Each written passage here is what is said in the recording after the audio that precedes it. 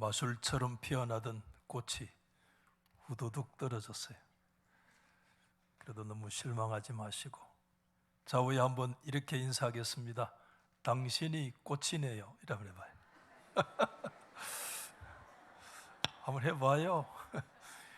대구 경북 사람들 이런 소리 잘 못하잖아요. 꽃처럼 피어나 승리하시기를 소망합니다.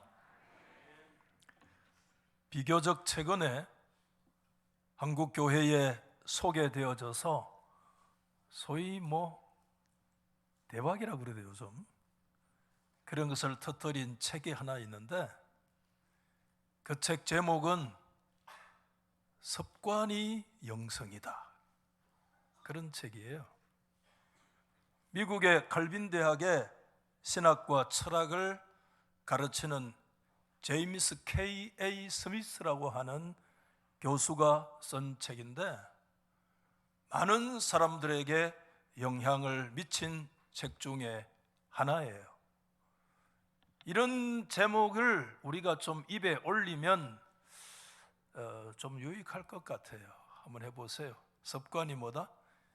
영성이다. 우리가 습관이 인격이다, 그런 말은 많이 하는데 그리스도인들은 거기에서 한 걸음 더 나아가서, 그렇죠? 습관이 그 사람의 뭐다? 영성이다.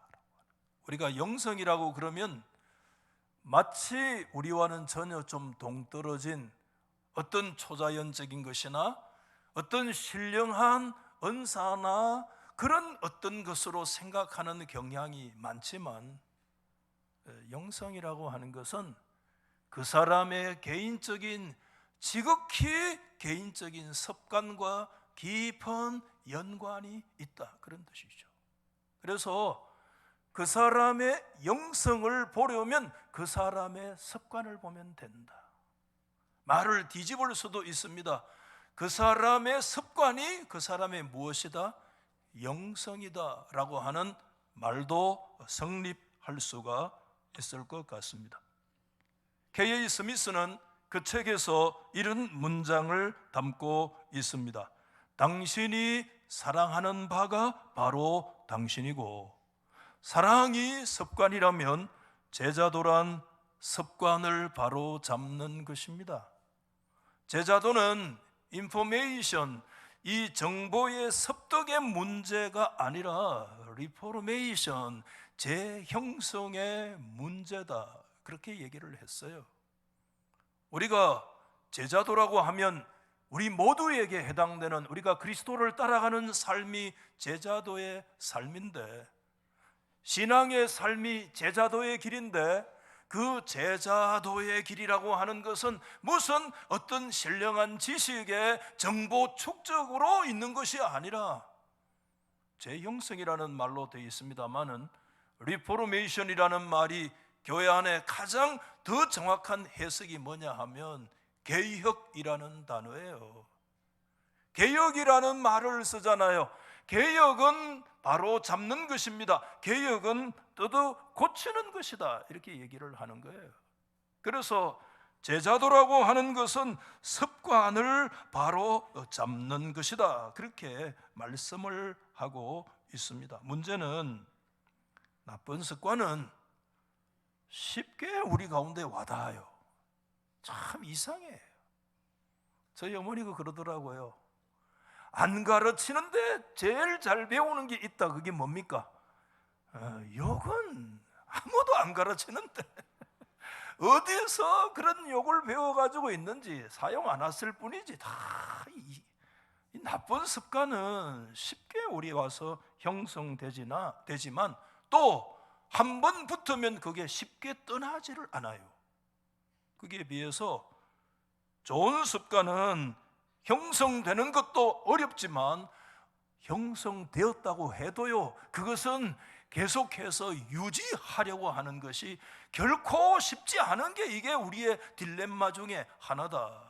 그렇기 때문에 반드시 뭐가 필요한가 하면 지속적인 훈련과 영적인 반복과 때로는 그런 것들을 앞서가는 모델과 그 모델을 우리가 따라가는 영적인 모방도 우리의 신앙 삶 속에 대단히 중요하다, 그런 얘기를 해요. 그러면서 K.A. 스미스는 그런 좀 우리가 익숙하지 않는 개념을 들고 나오는데, 받아십시다. 좋은 습관. 우리가 그런 말은 많이 쓰잖아요. 익숙하잖아요. 좋은 습관. 그런데 좋은 습관에서 우리 예수 믿는 성도들은 한 걸음 더 나가야 된다. 한번 받아해 보십시다. 거룩한 습관. 아멘.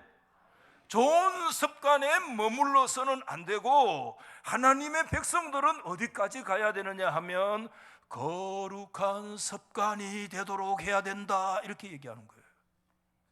그래서 여러분, 거룩한 습관은 우리를 하나님 앞에서, 그 습관이 우리를 거룩하게 만들고요, 그 거룩한 습관이 하나님 앞에서 영향력 있는 그런 성도로서의 삶을 살아가도록 우리를 도와주는 게 있는데, 그게 단지 좋은 습관이 아니라 하나님의 백성들은 무슨 습관요?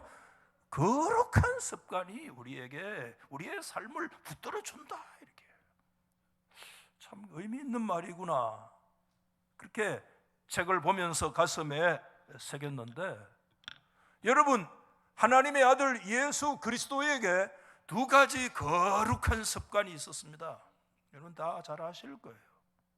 예수님의 첫 번째 거룩한 습관이 뭐냐 하면, 습관을 따라서 예수님 뭐를 가까이 하셨어요? 하나님의 말씀인 성경을 읽고 하나님의 말씀을 늘 가까이 하시는 것이 그리스도의 거룩한 습관 중에 제일 습관은 성경이다, 이렇게 말씀할 수 있어요. 여러분, 오늘 16절 말씀에 그런 내용들이 있었잖아요. 예수께서 그 자라나신 곳 나사렛, 나사렛은 예수님의 어릴 때 고향이란 말입니다. 그 고향에서 안식일에 늘 하시던 대로 회당에 들어가서 성경을 읽으려고 서심해 그 성경을 맡은 자들이 예수님에게 성경을 주었는데, 그때 읽은 성경이 이사야 61장의 그 말씀을 읽으시고 예수님께서 오늘 너희의 귀에 들린 그 말씀이 오늘 성취되고 응하여졌다, 이렇게 엄청난 말씀을, 성경을 읽으시고 그 말씀을 하시는 이런 내용을 보게 되는데, 자라시던 곳이 나사렛이잖아요. 어린 시절 우리 예수님은 하나님의 아들로 오셨지만, 여러분 동정녀 탄생하셔서 어린 시절에 걸음마도 배우시고 예수님이 지성이 서서히 발달되시고 육체도 발달되시고 오늘 우리와 똑같은 인간의 성장 과정을 겪으신 줄 믿으시면 아멘. 우리 예수님은 그런 과정을 겪지 않았다고 생각하면, 그리스도의 인성을 부정하면 그게 뭐냐면 이단이라, 이단. 우리는 그리스도의 신성이, 그리스도는 하나님의 아들이기 때문에 그거 우리가 인정을 쉽게 하지만, 그리스도의 인성 부분에 대해서 우리가 깊이 인정하지 잘 못하는 경향이 있는데, 예수님은 나사렛의 그 고향에서 어린 시절을 자라면서 끊임없이 예수님 뭘 가까이 하셨는가 하면 하나님의 말씀인 성경을 늘 가까이 하시는 거룩한 습관을 가지셨어요. 그래서 여러분, 늘 하시던 대로, 그게 뭡니까? 습관을 말하는 거예요. 그때 여러분, 성경은 구약 성경을 말씀하잖아요. 그래서 그 유명한, 여러분 요한복음 5장 39절에 예수님은 이렇게 말씀했는데, 같이 한번 봅시다. 시작. 너희가 성경에서 영생을 얻는 줄 생각하고 성경을 연구하거니와, 뭐죠? 이 성경은 곧 내게 대하여 정언하는 것이다. 굉장히 중요한 구절이라, 여러분. 너무 중요한 엑기스를 많이 담고 있어요, 여러분. 여러분, 성경만이 우리 가운데 영생을 주는 하나님의 책인 줄 믿습니다. 그렇기 때문에 성경 안에서만 영원한 생명이 있어요. 그래서 하나님의 백성들이 그 성경을 대하는 자세가 뭐냐 하면 연구, 묵상, 그 말씀에 대해서 끊임없이 그 말씀을 사랑하는, 하나님의 백성들이 성경은 생명의 책이기 때문에 그 성경을 통해서 끊임없이 연구하는데, 그때 예수님이 핵심을 얘기한 거예요. 그 구약 성경은 누구에 대해서 말씀했느냐면 예수님 자기 자신에 대하여 예언하고 증언하고 있다고 말씀을 하셨잖아요, 여러분. 예수님은 구약 성경을 읽으시는 가운데 자신에 관한 모든 내용들을 정확하게 인지하고 계셨습니다. 예수님의 탄생, 예수님의 사역, 예수님의 죽으심, 심지어 부활과 성천에 관한 그 모든 내용들을 예수님은 성경을 읽고 아셨으며 그 성경 말씀을 따라서 살아가셨던 분이 하나님의 아들 예수 그리스도인 줄로 믿습니다. 그래서 여러분, 예수님께서는 성경 읽기가 그 읽기에서 끝나지 않으시고 가만히 들어가 보면 어디까지 연결됐는가 하면 한번 따라해 보십시오. 오늘 자꾸 따라해서 미안합니다만 지금도 그래도 뭐 세 사람이 지금 잠을 자기 때문에 따라하라 하는 거예요. 한번 따라해 보세요. 성경 읽기에서 예수님은 어디까지? 성경 암송까지. 오늘 우리 카드 받았는데 예수님 카드 들고 다니겠다 그 말씀이 아니고, 성경을 가만히 들여다보면 성경 읽기에 머무르지 않으시고 심지어 예수님은 성경 암송, 오늘 우리가 말로 그렇게까지 연결되어진 거 우리가 기억하시죠? 왜? 어디서 알 수 있어요? 뭐가 시험에 왔을 때, 예수님 공생애 시작할 때 마귀가 광야에서 시험했잖아요. 그때 예수님 뭘로 이겼습니까? 하나님의 말씀으로 물리친 줄 믿으시면 아멘. 그 대표적인 구절 한 구절만 여러분 예를 들면 마태 4장 4절 말씀이잖아요. 뭐라고 되어 있어요? 예수께서 대답하여 이르시되 뭐라고요? 기록되었으되. 기록되었으되. 이걸 사람 너무 빨리 나가지 말고, 그 사람이 떡으로만 살 것이 아니요 하나님의 입으로 나오는 말씀으로 살 것이라 했느니라고 하는 말씀이 had written, 어디에 기록되어 있었어요? 그게 적어놨어요. 저 위에 신명기 얼마? 8장 3절 말씀에 있는 내용을 예수님께서 그대로 적석 인용하신 거야. 예수님 두루마리를 들고 다니면서 그때 그 말씀 어디 있더라 찾지 않으시고, 사단이 시험에 올 때 사람이 떡으로만 살 것이 아니요 하나님의 입으로 나오는 말씀으로 산다고 신명기 8장 3절에 기록되지 않느냐? 사탄아 물러갈지어다. 이야, 여러분, 한마디 말씀이 사탄의 100가지 시험을 이기는 줄 믿습니다. 여러분, 이게 굉장히 중요한 거예요. 여러분, 한 구절의 말씀이 우리의 인생을 살려요. 한 구절의 말씀이 인생의 방향을 터닝 포인트가 돼요. 한 구절의 말씀이 우리의 생애를 바꾸어요. 여러분, 하나님의 말씀이 왜? 생명의 말씀이기 때문에 그래요. 여러분, 그 뒤에 두 가지 더요. 신명기 여러분 8장 13절의 말씀, 8장 16절의 말씀을 예수님께서 적석에서 인용을 하시면서 마귀를 향하여 사탄아 물러가라, 주 너의 하나님을 경배하라, 하나님만 섬겨라 그러면서 예수님의 영적인 무기는 뭐였는가 하면 주님 안에 어린 시절부터 장착되어져 있는 하나님의 말씀이 예수님의 사단 시험의 무기가 된 줄로 믿습니다. 심지어 예수님이 여러분 공생의 마지막에 십자가에 달리셨습니다. 여러분, 그 십자가에 양손과 양발에 못이 박히시고, 여러분 마지막 예수님이 절규하셨습니다. 가상칠언이라고 그러는데 십자가 위에서 복음서에 기록된 7마디의 말씀 가운데 여러분 그 고난의 절정에 해당되는 그리스도의 절규를 우리는 보잖아요. 그게 뭡니까? 엘리 엘리 라마 사박다니, 나의 하나님 나의 하나님 어째 날 버리셨습니까? 이거 예수님이 창작한 말씀이 아니잖아요. 이 말씀 어디의 말씀이에요? 시편 22편 1절 말씀, 다윗의 깊은 고뇌 속에서 엘리 엘리 라마 잡타니, 내 하나님이여 내 하나님이 어찌 날 버리셨습니까? 어찌 나를 멀리하여 돕지 않으시며 내 신음 소리를 듣지 아니하십니까? 하는 그 다윗의 생애의 깊은 것이 그리스도의 메시아 안에서 성취되어지고 있다는 사실을 예수님께서 말씀을 하시면서, 성경 말씀이 자신에게 성취되고 이사야 말씀을 읽으시면서 그 말씀이 오늘날 너희의 귀에 응하였다고 말씀을 하시면서 구약의 말씀이 그리스도의 탄생부터 그리스도의 성천까지 주님 안에서 이루어지고 성취되어진다는 사실, 그러므로 예수님은 성경 암송, 성경 읽기, 성경 통해서 사명을 끝까지 완수하셨다라고 하는 거 우리가 잊으면 안 되겠죠, 여러분들. 예수님의 거룩한 습관. 두 가지가, 첫 번째 뭐라고 그랬어요? 성경을 가까이 하시라. 그 다음에 예수님의 거룩한 습관 또 한 가지, 여러분 잘 아시잖아요. 뭐죠? 그럼요, 습관을 따라서 예수님 뭐 하셨습니까? 기도하신 거 너무 우리가 강조를 많이 한 말씀 아니에요? 여러분, 누가복음 22장 39절 말씀에 예수께서 나가서 습관을 따라 어디에 가셨어요? 감람산에 가신 거 다 기억하시잖아요. 그래서 지난 고난주간 한 주간 이 감람산에 대해서 우리가 생각을 다 했지 않습니까?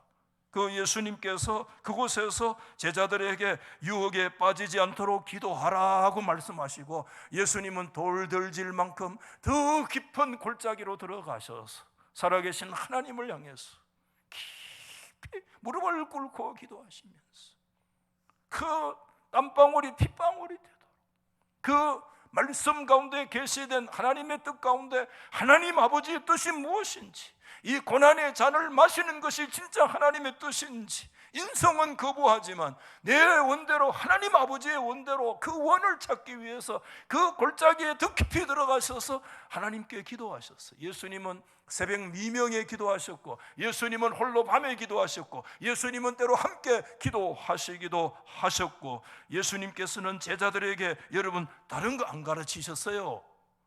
설교를 앞으로 해야 되는데 제자들이 설교를 그떻게 해라 이렇게 말씀하신 적은 한 번도 없는데, 예수님은 제자들에게 기도하는 법은 친히 가르쳐 주신 줄로 믿습니다.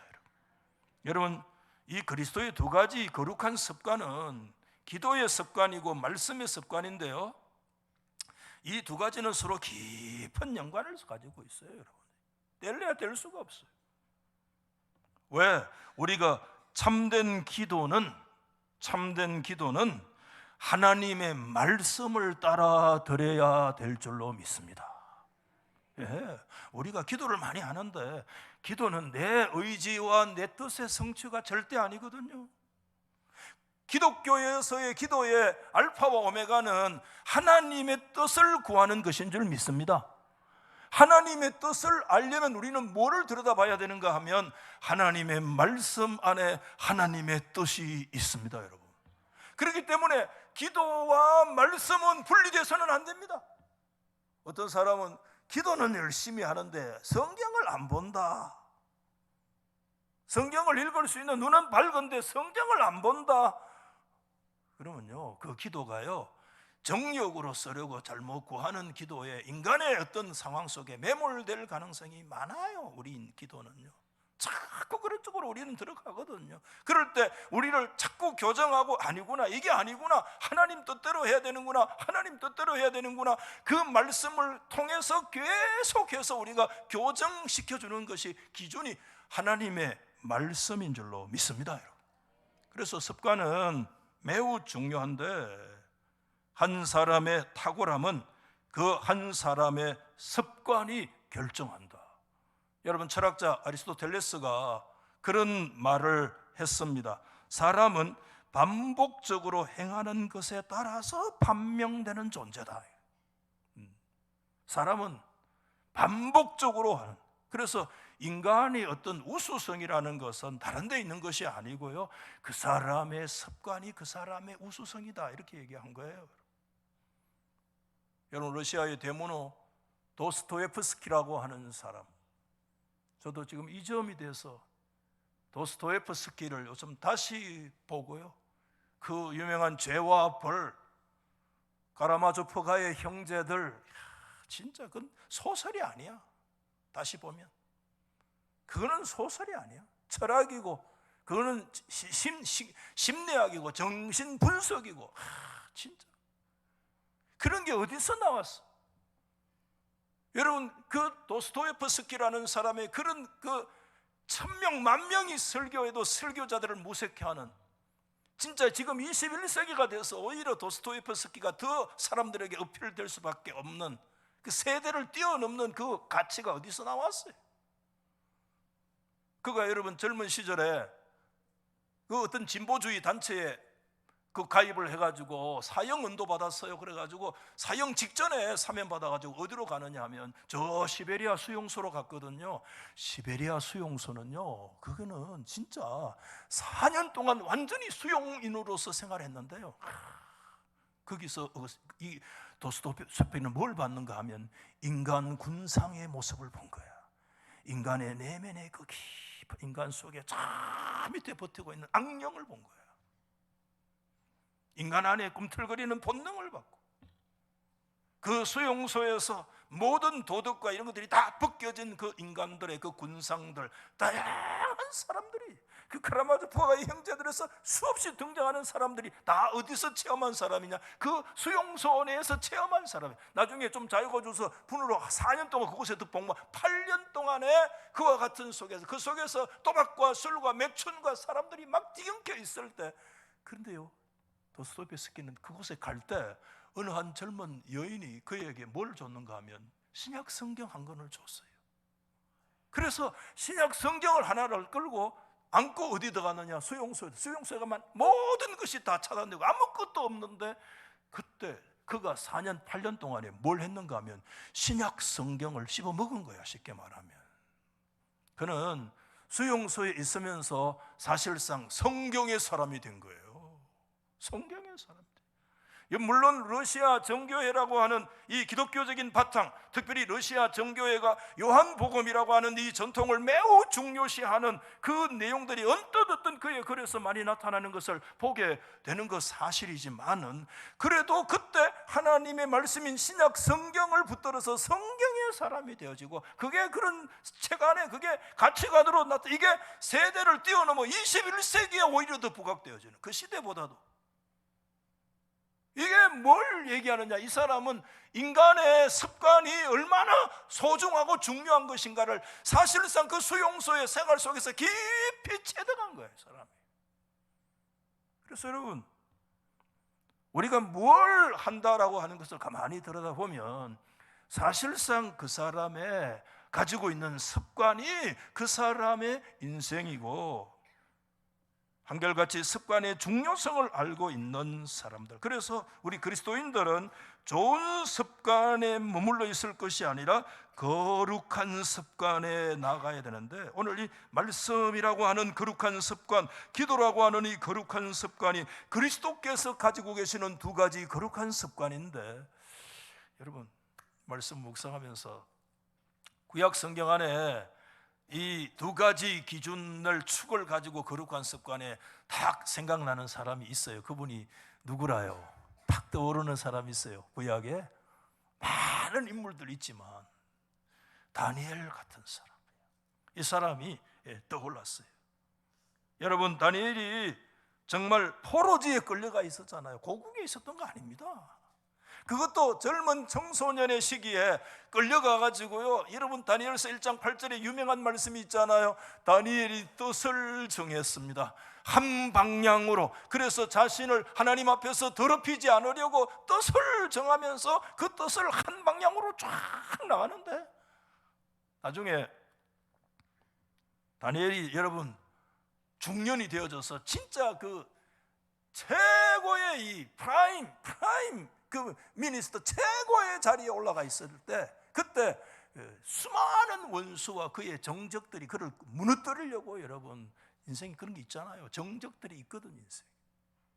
그래서 법을 만들잖아요. 앞으로 30일 동안에 왕 이외에 어떤 신이나 누구에게 뭘 구하거나 뭘 하면은 어디다 잡아넣자고요? 어디다가? 야, 사자굴에다가 집어넣자. 그러니 뭐 왕이 말이야, 이거 누구를 전주는 거 대충 감은 잡았는데 그래도 옆에서 막 풀떼같이 대더니까 왜겠노? 도장을 찍을 수밖에 없잖아요. 우리가 잘 아시는 말씀 아니에요?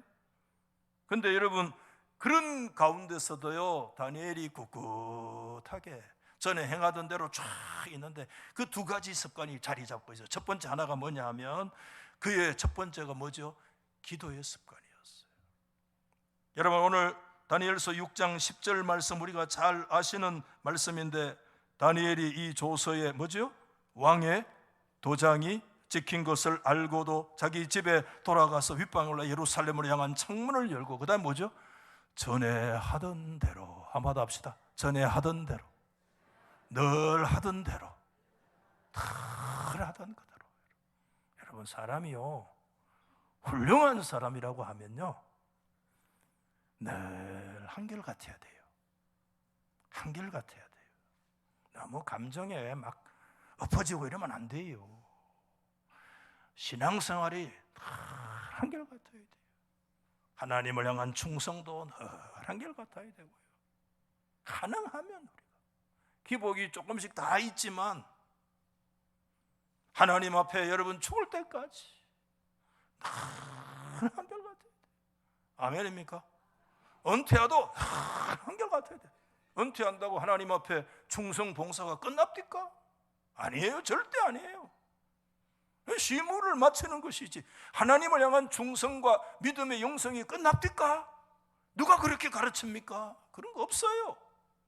한결같이 전에 하던 그대로, 다니엘의 이 거룩한 습관 보십시오. 전에 하던 그대로 왕이 도장을 찍어 자신을 던지는 거 알았지만 하루에 3번씩 무릎을 꿇고 하나님께 기도하면서 심지어 그 하나님께 감사하면서 나아가는 이 모습을 우리 가운데 보여주셨습니다. 왜 예루살렘의 창문을 열어놨어요? 왜 예루살렘을 향해서 그렇게 기도를 했을까요? 예루살렘을 열어놓으면, 그 예루살렘 쪽에 열어놓으면 그 예루살렘 방향이니까 기도가 더 잘 됩니까? 창문에 그쪽 가면 뭐 신선한 영의 공기가 들어옵니까? 아니잖아요. 그거 하나님의 약속의 말씀 때문에 그래요. 누가 약속했어요? 그 옛날 여러분 솔로몬 왕이 하나님의 성전을 예루살렘에 봉헌해서 하나님 앞에 드릴 때 여러분 열왕기상 8장에 보면 그 왕의 봉헌의 기도문이 굉장히 깊어요. 그 기도문을 오늘 이 시간에 길어서 어떻게 다 제가 소개할 수 있겠어요? 한두 가지 요약을 해서 여기에 좀 표시를 해주면, 그때 솔로몬이 이렇게 기도합니다. 하나님이 이곳에 기도하면 들어주시지만 만약에 하나님의 백성들이 범죄해가지고 저 먼 땅 이역만리에 그곳에 가서 포로에 끌려가면 그때 하나님 어떻게 할까요? 그랬어요.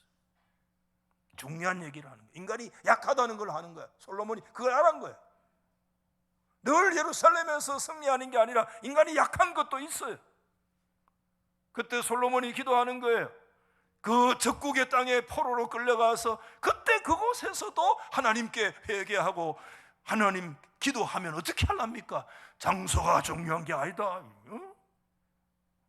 그때 하나님은 하늘에 계신 곳 그 간구와 기도를 들으시고 용서하시며 주께 범한 모든 허물을 사하시고 그들을 불쌍히 여겨 주시옵소서. 아멘.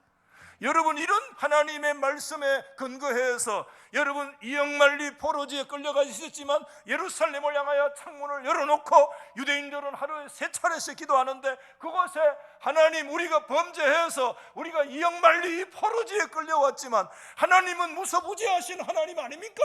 하나님은 이곳에 기도할 때 우리의 범죄와 우리의 허물을 하나님이 불쌍히 여기시고 용서하시고 우리의 기도를 들어주실 줄 믿습니다. 다 뿌리 깊은 기도의 역사가 이 속에 이루어지고 있는 거예요, 여러분. 그의 기도는요, 그의 생애를 가만히 들여다보면 거룩한 습관이었음과 동시에 깊고도요 뿌리 깊은 끈질긴 기도였다는 것을 우리에게 보여주는데, 여러분 다니엘서 2장에 보면 그때 다니엘서 2장은 느부갓네살 때니까 느부갓네살 때 자기가 포로로 끌려갔을 때 청소년의 시기예요. 그때 왕이 꿈을 꿨어요. 근데 꿈을 꿔놓고 잊어버린 거야. 뭐가 이상한 꿈을 꿔가지고 기분은 안 좋은데 생각이 도대체 안 나네. 그러니까 여러분 바벨론의 그 유명한 박사 술사들을 다 불러 모아놓고 뭐라 합니까? 꿈을 밝히고 그 다음에 뭐지? 꿈을 해석까지 해라. 이런 인간이 어디 있노? 사람이 한번 왕이 돼볼 필요가 있을까 모르겠다. 자기도 잊어버린 꿈을 왜 꿈을 찾으란 말입니까? 그다가 꿈을 어떻게 그거 해석까지 해놓으란 말입니까? 그렇지 않으면 어떻게 하겠다? 다 죽여버리겠다. 진짜 왕이 한번 말을 해놓으면 그거 못 주담거든요. 진짜 이제 난리 난 거야. 여러분, 그때 다니엘이 어떻게 했습니까? 집에 돌아가서 다니엘서 2장 17절에 보면 이렇게 말씀했어요. 이에 다니엘이 자기 집으로 돌아가서 그때 이제 나타나요. 친구들, 믿음의 동료들이 나타나요. 하나냐, 미사엘, 아사랴가 그 모든 일들을 함께 기도 제목을 지금 나누는 거야.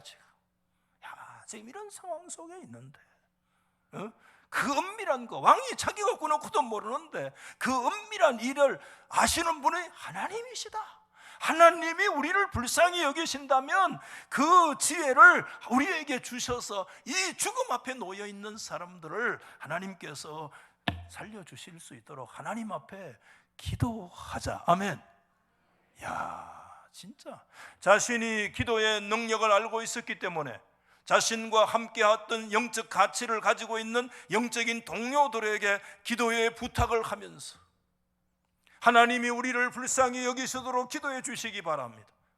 그 술사들 가운데 하나님 모르는 이방 술사들도 정말 그들이 죽는다면 어쩌면 우리의 책임일 수도 있는데 그들의 생명이 살아나도록 하나님께 그 은밀한 역사를 주시는 분은 하나님이시기 때문에 그 하나님 앞에 기도해라. 불쌍히 여겨달라고 기도해라. 우리 그리스도인들의 기도는 이런 기도입니다. 자신을 위해서 기도하지만 옆에 고난당하는 사람들을 위해서 하나님 저 사람을 불쌍히 여겨 주십시오. 그 기도해야 됩니다. 아멘.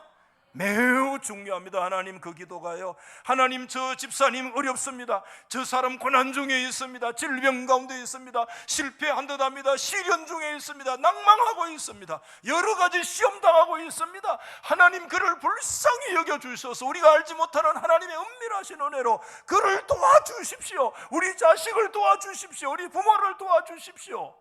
여러분, 그 기도에 이 거룩한 스크럼을 짜는 거예요. 매우 중요합니다. 여러분, 그런 은혜가 우리 가운데 일어나기를 소망합니다.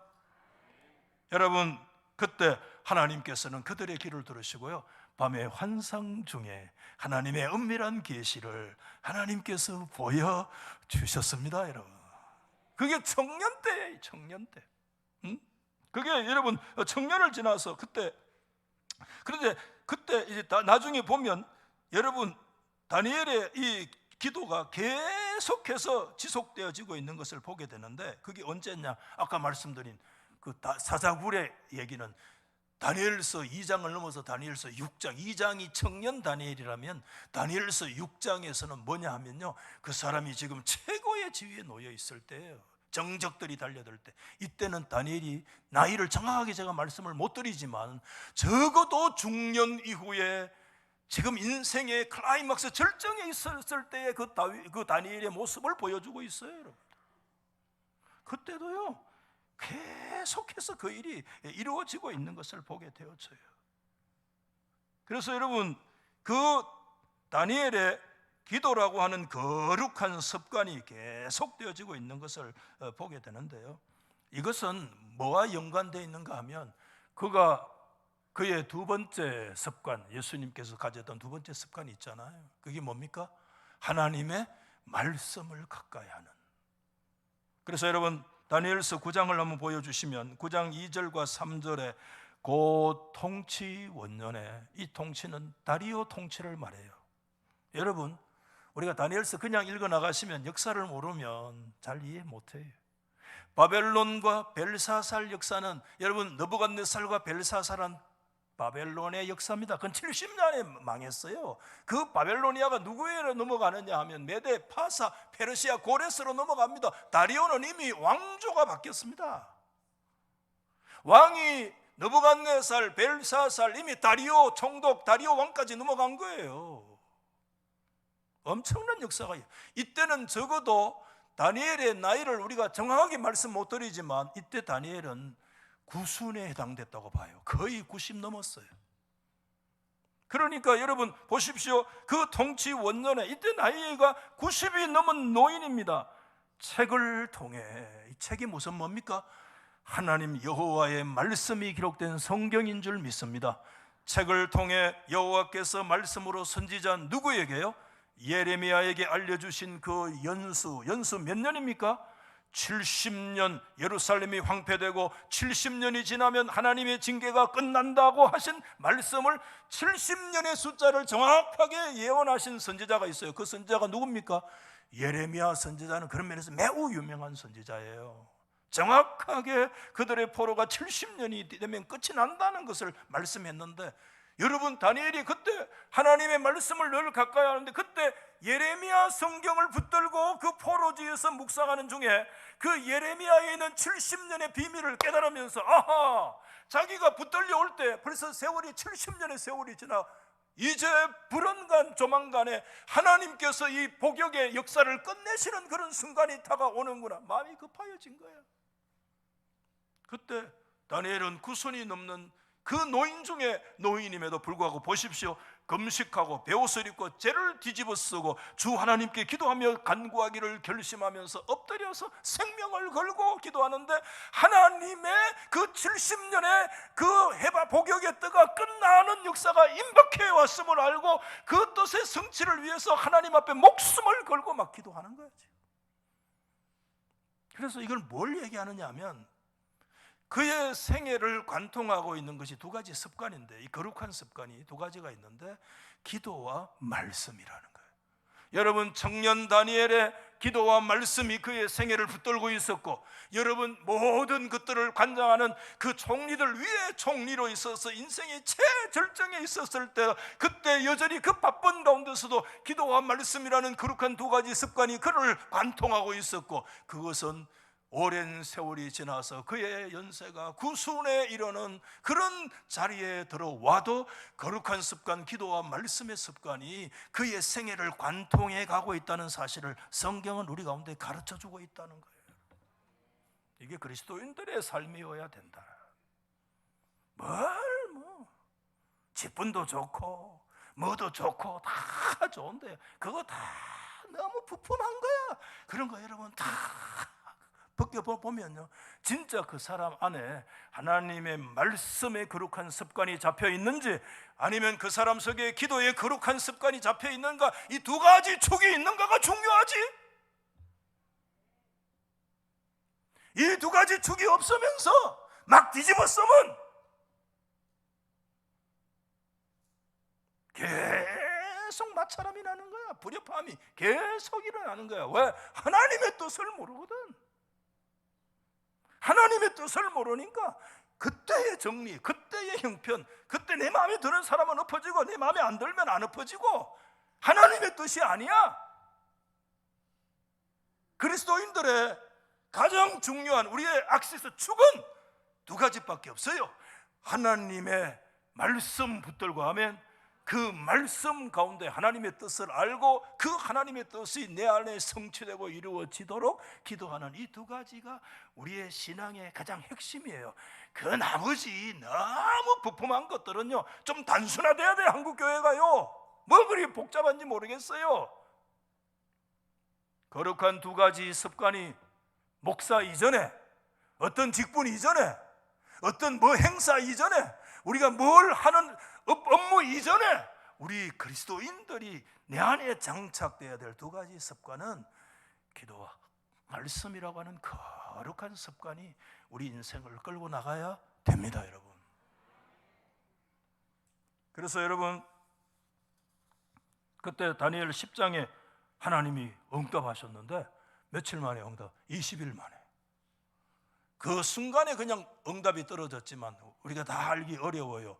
그 안에 깊은 어떤 영적인 어떤 방해 공작 뭐 이런 것도 있었던 것 같은데 정확하게 해석하기가 어렵습니다만은, 그래도 그 다니엘의 목숨 건 기도의 응답이 20일 만에 다니엘 10장에 하나님 앞에 응답되어지는 이런 역사들을 일어나게 돼요.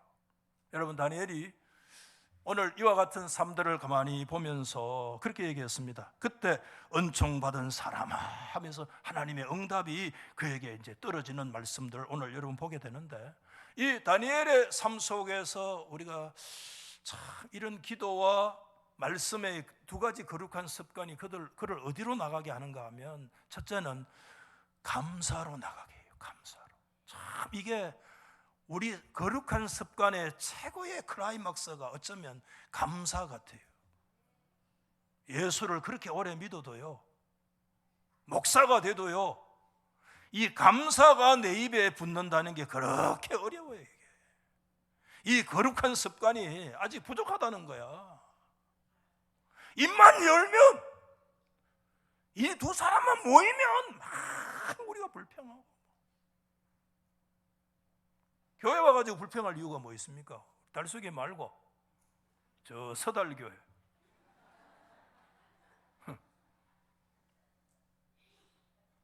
그래서 여러분, 다니엘서 6장 10절에 아까 읽었잖아요. 그의 하나님께 뭐 했습니까? 감사하였더라. 이까지 나간 거예요, 여러분.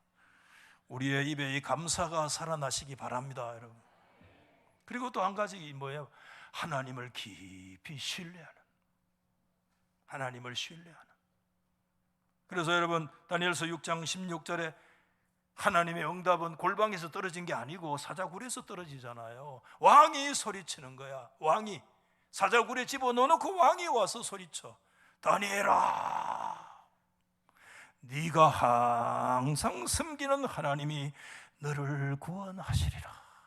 하나님을 항상 섬기고 있는, 전에 하던 그대로 한결같이 하고 있다는 것을 누가 알 정도였는가 하면 이방의 왕인 다리오가 알 정도로. 아멘. 집어넣어도 하나님이 너를 구원해 줄 거다. 이와 같은 상황까지 들어간 거예요. 오늘 들어오실 때 성경 암송 뭐죠? 카드를 한 장 받았는데, 어서 이런 카드 주면 다 도망간다 카드. 예. 목사님, 읽으면 까먹고 돌아서면 까먹는데 암송을 하락하기 기가 막힙니다. 그럴 수 있습니다. 저한테 아무도 그런 얘기 안 했는데 뭔가 귀에 그런 소리가 막 들려오는 것 같아요. 역으로 말씀드릴게요. 그럴수록 하나님의 말씀을, 올해 우리 달서교회 성도님들 9순, 100순까지 계시는데, 오늘 달서교에 있는 분들 오늘 5구절 반드시 암송하시기를 주의 이름으로 축복합니다. 검사하려고 합니다. 권사님들도 검사합니다. 5구절 이상은 반드시. 그러면 치매도 떠나가고, 아무도 아멘 안 하시네. 치매도 떠나가고 하나님의 말씀 한 구절을 통해서 100가지 시험을 이기고, 할렐루야. 그래서 이 성경 암송에는 반드시 뭐가 필요하냐면 이렇게 한 구절 썼어요. 받아봅시다. 성경 암송을 함께하는 뭐가 필요해요? 공동체가 필요해요. 혼자 하면 너무 힘들어요. 그래서 거룩한 영혼의 짝이 있어야 됩니다. 부부간에 서로 체크해 줘야 됩니다. 서로 동료간에, 우리가 기관에 모이면 서로 체크해 줘야 됩니다. 이런 게 중요해요. 그래서 여러분, 이 공동체의 작업이다 하는 것을 꼭 기억하시고요. 한 구절이라도 내가 외워야지, 암송해야지, 그 말씀 붙들고 기도해야지.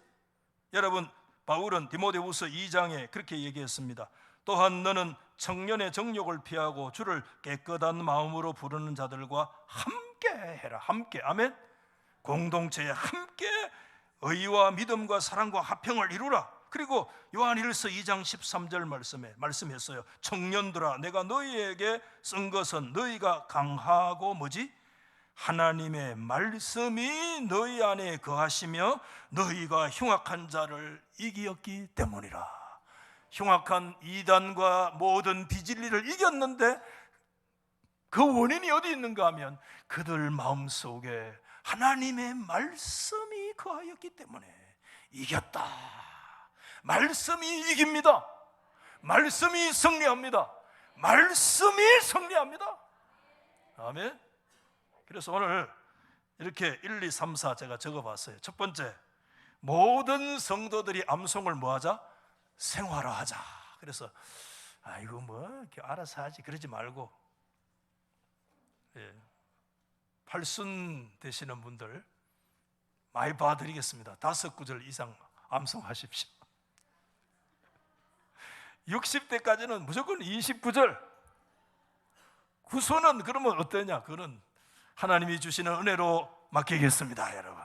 그러나 한 구절, 2구절을 반드시 암송해야 됩니다. 아멘. 꼭 기억하시고. 그 다음에 가정마다 암송을 우리가 실천해 주시기 바랍니다. 아멘.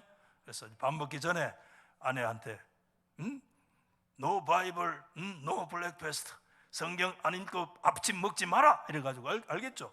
그래서 아침에 여러분 쪼기 골라 먹기 전에 반드시 성경을 골라서 암송하고 그 다음에 쪼기도 먹고 미역국도 먹고. 아멘.